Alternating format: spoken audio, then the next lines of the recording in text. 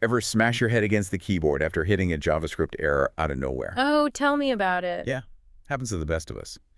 But what if we could catch those bugs before they blew up our code? Now that'd be a game changer. Right. Well, today we're diving deep into TypeScript and how it can totally level up your local development game. We're talking cleaner code, fewer errors, and maybe, just maybe, a little more sanity in our lives. That's like the plan. So for this deep dive, we've got a pretty cool setup, a detailed description of TypeScript, and get this, a suggested podcast outline all about it. Whoa, Meta, we're analyzing a podcast blueprint while we build the actual thing. Exactly. It's like Inception podcast style. But hey, let's see what this blueprint says, right? First up, TypeScript is described as a typed superset of JavaScript. Okay, I can already see the confused faces out there. Typed superset sounds intimidating. Right. So let's break it down. Imagine JavaScript is your trusty old toolbox, right? TypeScript comes along and says, hey, I can supercharge that for you. It throws in a whole bunch of awesome high-tech tools, but here's the key. It keeps all your old JavaScript tools right where they are. So anything you could do before, you can still do just now. You've got this souped-up set of options. Exactly. It's like upgrading from a bicycle to, I don't know, a mountain bike with all the bells and whistles. Yeah. But you're still riding, you know? And don't forget the typed part. That's where things get interesting. See, JavaScript can be kind of lax about data types. It figures things out as it goes, which can lead to surprises. Oh yeah, those JavaScript surprises. Fun times. Right. TypeScript, on the other hand, it craves order. It introduces something called static typing. It's like saying, hey, computer, this variable, it's always going to be a number. No funny business. Ah, so it's like setting those boundaries up front so everything stays nice and organized. Precisely. And trust me, that kind of organization is a lifesaver during development. Remember all those times an unexpected data type threw a wrench in your code. Don't remind me. Countless hours lost. With TypeScript, those days are over. By defining those types early on, it catches those mismatches before your code goes live. So it's like a super-powered spell checker for your code. No more typos, no more embarrassing runtime errors. I'm already sold. Wait, there's more. Our podcast blueprint here outlines some core differences between TypeScript and regular old JavaScript. We talked about the type system, but then there are things like interfaces, enhanced IDE support. This is like stepping into a whole new dimension of coding. It does, doesn't it? It's like that scene in Wizard of Oz where everything goes from black and white to full-on Technicolor. So interfaces, what's the deal with those? Okay, imagine this. Interfaces are like blueprints for your data. Say you're building a user login system. With interfaces, you define exactly what a user object looks like. Username, password, the whole shebang. So instead of just having data floating around, you've got this clear structure for everything. Exactly. It's like those plastic cases for your tools. Everything has its place. Plus, it helps different parts of your project talk to each other more efficiently. Ah, so it's like a universal language that your entire code base understands. No more miscommunications or lost in translation errors. I like it. Now, our outline also hypes up enhanced IDE support. And as someone who practically lives in their IDE, I gotta know, what's so enhanced about it? This is where things get really cool. With TypeScript in the picture, your IDE transforms from a simple text editor into this super-powered coding buddy.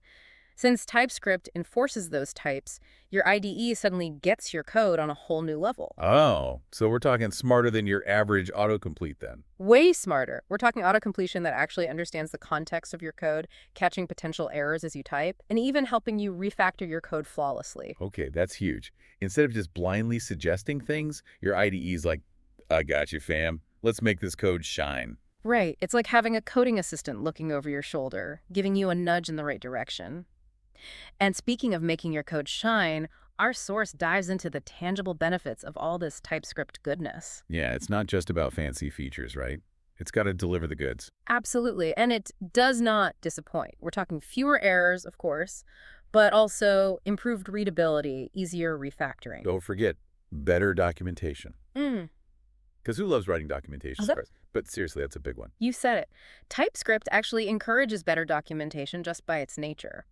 And when it comes to refactoring, in JavaScript, renaming a single variable in a massive project can feel like playing code Jenga, one wrong move, and the whole thing collapses. Been there, done that, got the t-shirt.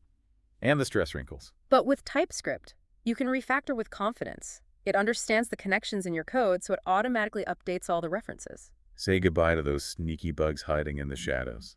That alone would save me countless late nights. And the best part, this isn't some theoretical fantasy land. Our source calls out some major players using TypeScript Angular, React. The big leagues. So it's definitely battle-tested and developer-approved.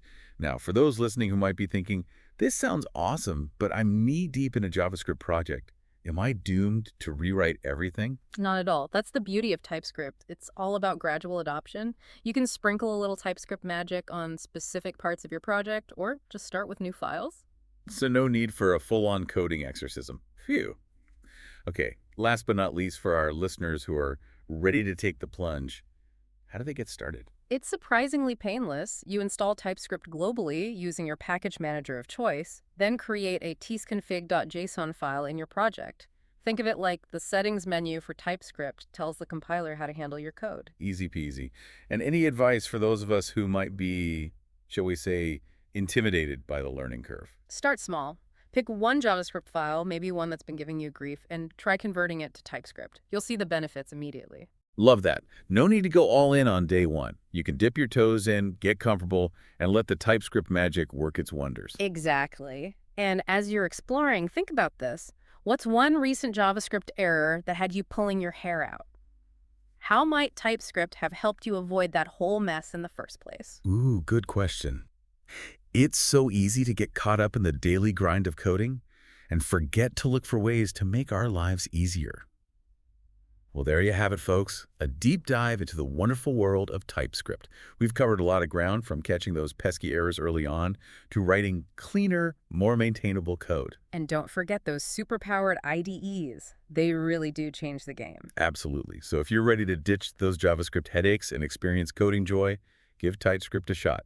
You might be surprised at how much you love it. And hey, if you do give it a try, let us know. We're always up for hearing from our listeners. Until next time, happy coding, everyone.